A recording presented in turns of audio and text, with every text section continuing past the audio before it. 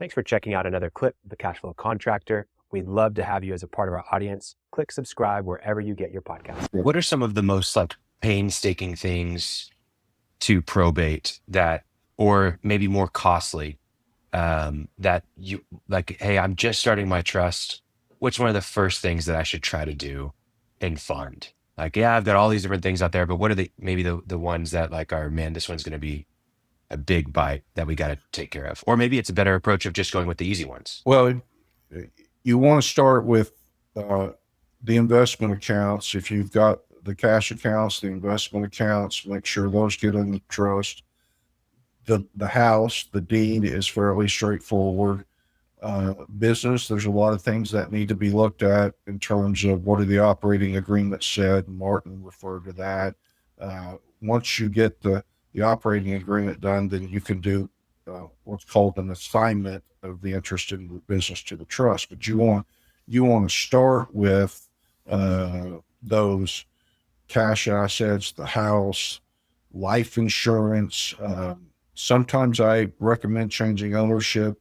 Sometimes we just name the individual's trust as a beneficiary of the policy. We update the beneficiary designations in terms of what you really, the big things that you want to get into the trust.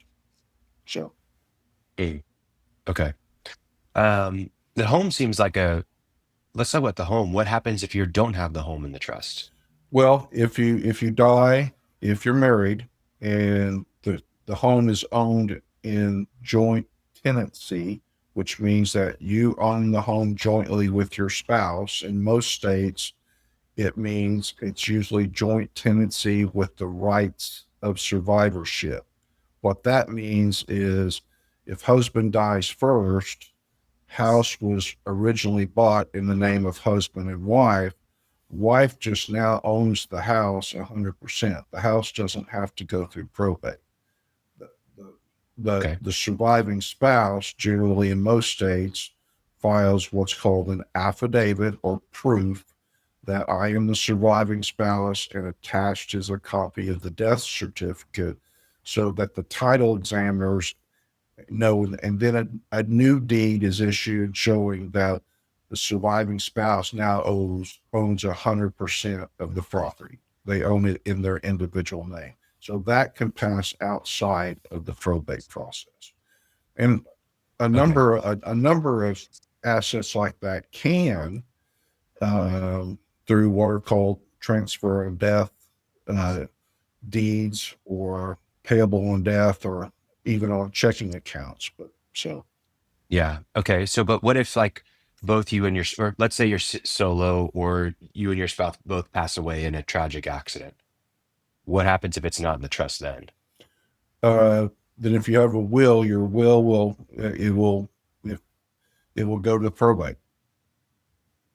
And if you don't have a will, like you have got 5-year-old kid and that's it, what happens? Like, how does it get messy? Well, if you do nothing, most states have an estate plan for you if you do nothing, and it's generally called the rules of intestate, which means dying without a will, the rules of intestate succession. So if you both died without any will in place, generally some close family member would go hire an attorney and file a petition with the court to be appointed as administrator of your estate, and maybe even apply for guardianship of your children, have to start a guardianship proceeding. So someone's going to have to go, if there's no plan, they'll hire a lawyer to draft up some documents to take to the judge to say, Judge, they died without a will, and we need to appoint me, or appoint someone to inventory their estate or figure out what they owned, how they owned it. And then that process starts under the supervision of the courts. And also, if they died with minor children, probably opening up an application for guardianship for their minor child. That may be a brother or sister coming forward, or parents to hire a lawyer to file an application that, judge, please appoint me guardian of my grandchildren. Or so Wow. it's So you gotta. Hey, So how formal does this will need to be? Because it sounds like I want to avoid a lot of that. What's the process of just getting a will in place? Is that easier than putting a trust in Oh, place? much easier to get a Okay. will in place, because, like I said, a simple will, and you've seen all of these things that are out there available digitally now, and other types of companies that provide wills and online and things like that. And I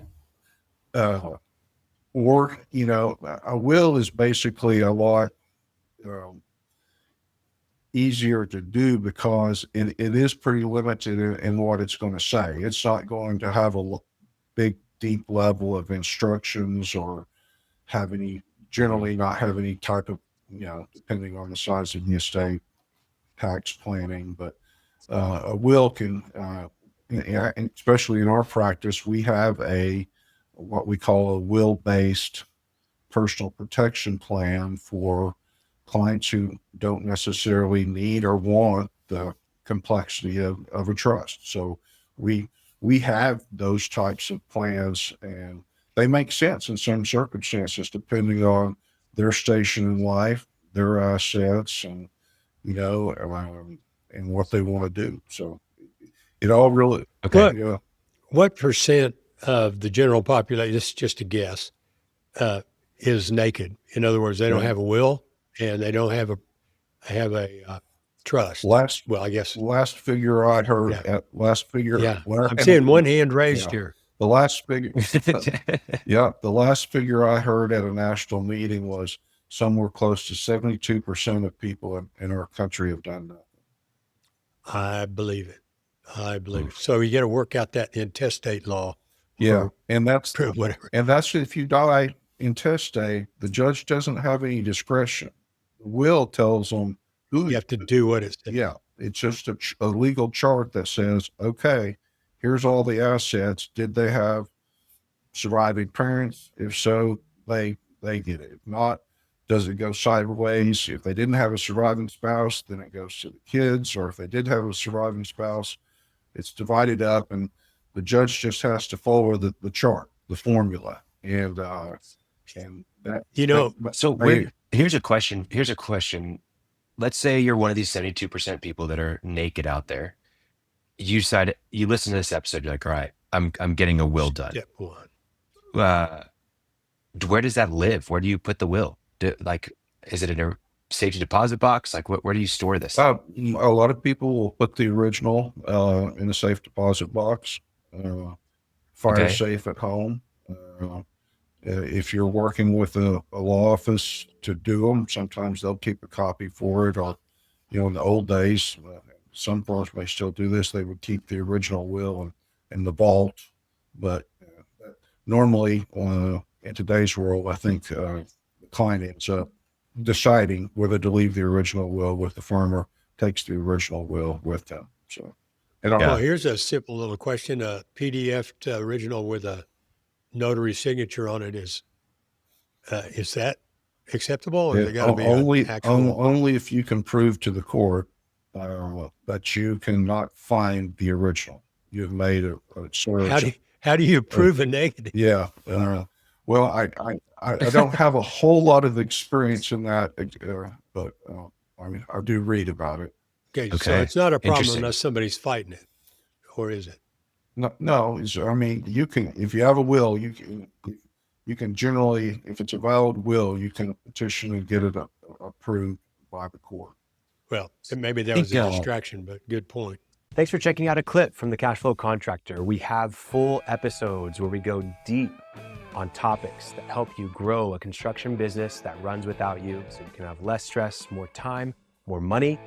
Now, we've got other videos, other clips, but if you want to check out the full episode for this clip, you can click wherever our editor put it. It might be here, might be there, might be over my face, I don't know. But thank you for checking us out. We'd love to have you as a part of our audience. So subscribe or check out a full episode wherever you get podcasts.